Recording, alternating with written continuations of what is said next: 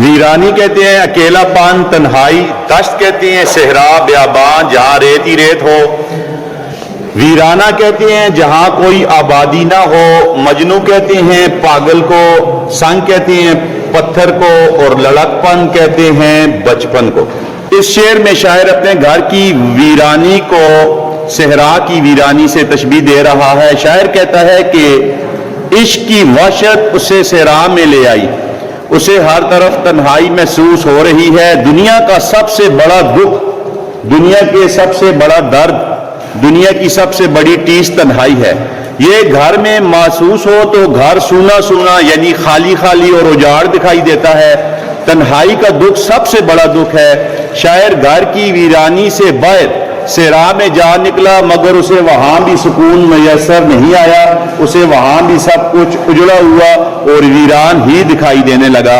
یہ شعر بھی دیکھیے کہ جائیں وحشت میں سوئے صحرا کیوں، کم نہیں اپنے گھر کی ویرانی، کہ جب ہمیں کوئی پریشانی ہو، وحشت محسوس ہو، دکھ محسوس ہو، تو ہم صحرا میں کیوں جائیں؟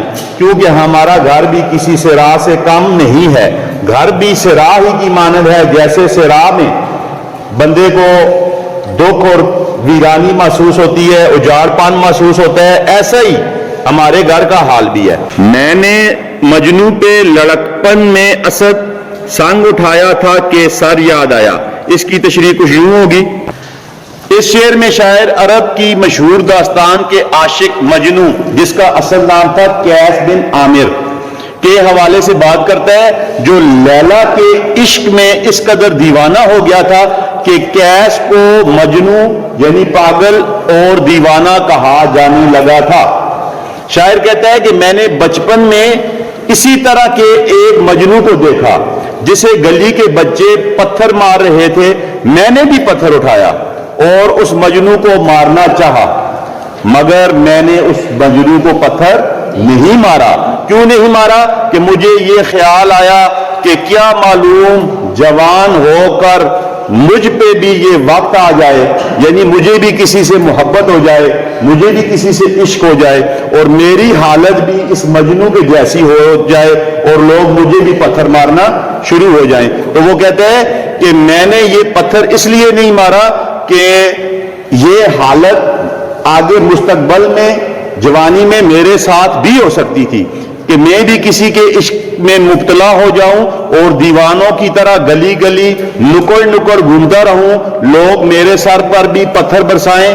شاعر کی بات کا مفہوم یہ ہے کہ وہ بچپن سے ہی محبت اور عشق کرنے والی شخصیت تھی۔ تو اس طرح یہ ہماری جو غزل ہے مرزا غالب کی، یہ اپنے اختتام کو پہنچی۔ ہمیں ہمیشہ لمحہ موجود میں زندہ رہنا چاہیے، یہ بڑی اہم بات ہے۔ ہم اپنی زندگیاں گزار دیتے ہیں ماضی میں اور مستقبل کے خدشات میں۔ ماضی میں جو ہمارے ساتھ کوئی دکھ ہوا، کوئی مسئلہ ہوا، کوئی ہمارے ساتھ کسی نے کوئی زیادتی کی، تو ہم اس ماضی کے واقعے کو ساری زندگی اپنے ساتھ گھسیٹتے رہتے ہیں۔